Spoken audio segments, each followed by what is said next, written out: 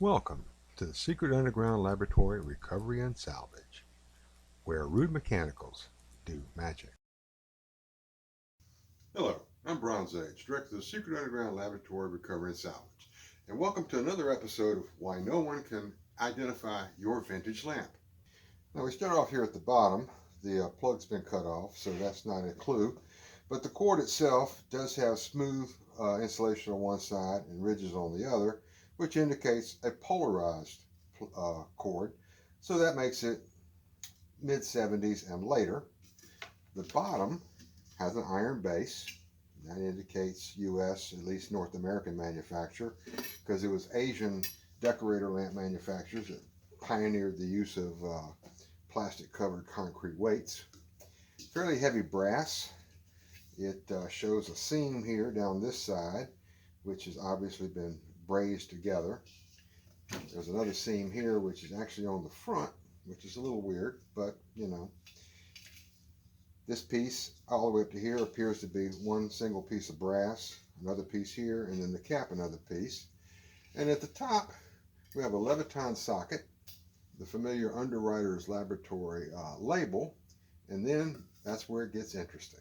On the back side of the socket, we have this little paper gum label, which has the copyright logo, and it says 1977 Chapman, all rights reserved.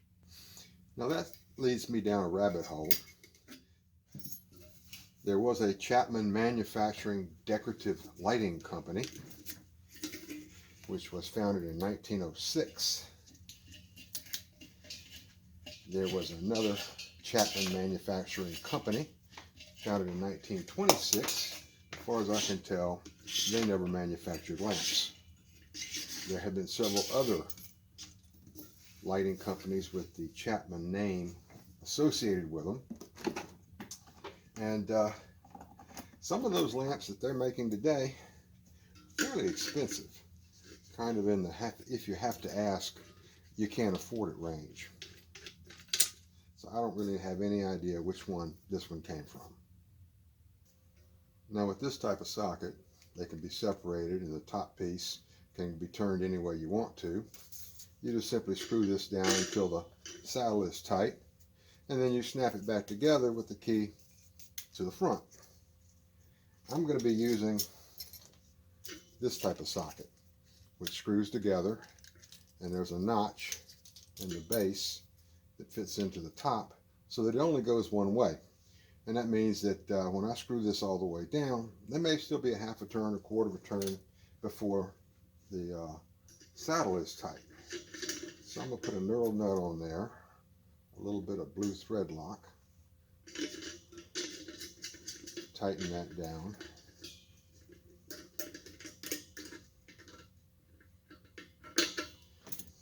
And with this type of socket, always remember to put the ring on.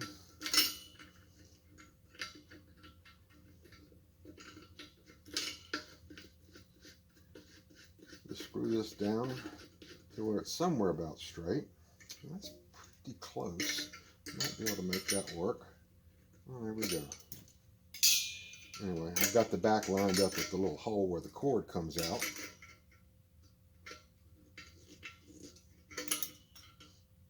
Now the customer wanted a silver cord, so they get a silver cord.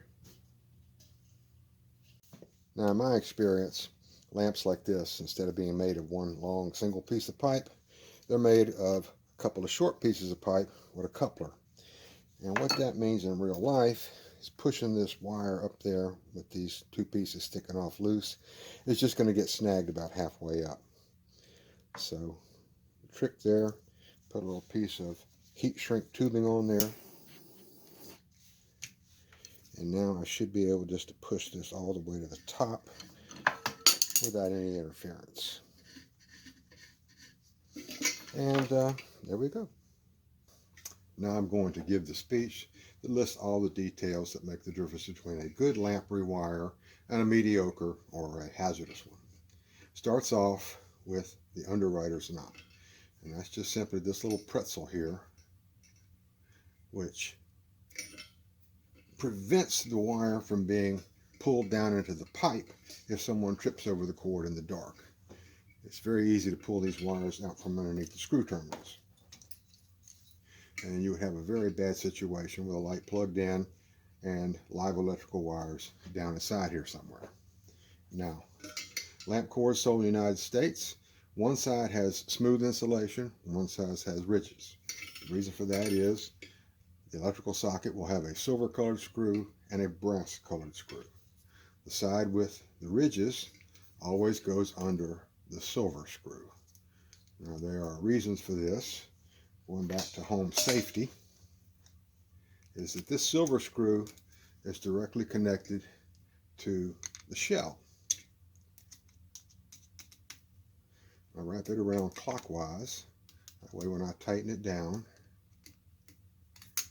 it will pull the screw, pull the wire under the screw instead of pushing it out.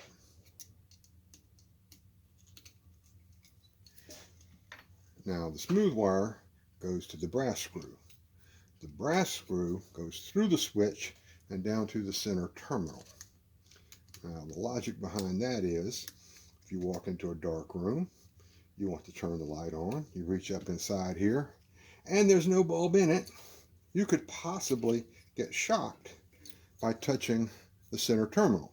But you can't get shocked by touching the shell. So you would have to reach all the way down in here to touch the center terminal and the light be turned on and plugged on at the same time before you could get shocked. And that's the way in North America we deal with that. I'm not sure how common, but the hazard of trying to turn a lamp on when it's got no light in it. Now when you tighten the ring up, you want to be gentle because it's easy to cross thread this and actually ruin the shell if you do. But when it's right, it's very smooth and easy. Turn it up. Just give it a nice, good tight. And the top shell no longer wiggles around a little bit. That's tight enough. And this is a socket that will never separate in ordinary everyday usage. And over the years, the Chapman name has been associated with quite a few lighting companies and other manufacturing companies, and it makes it really difficult to do any kind of research on it. Some of the Chapman lamps and other types of lighting, they go for in the range of the if you have to ask, you can't afford it prices. So I'm going to save this shell.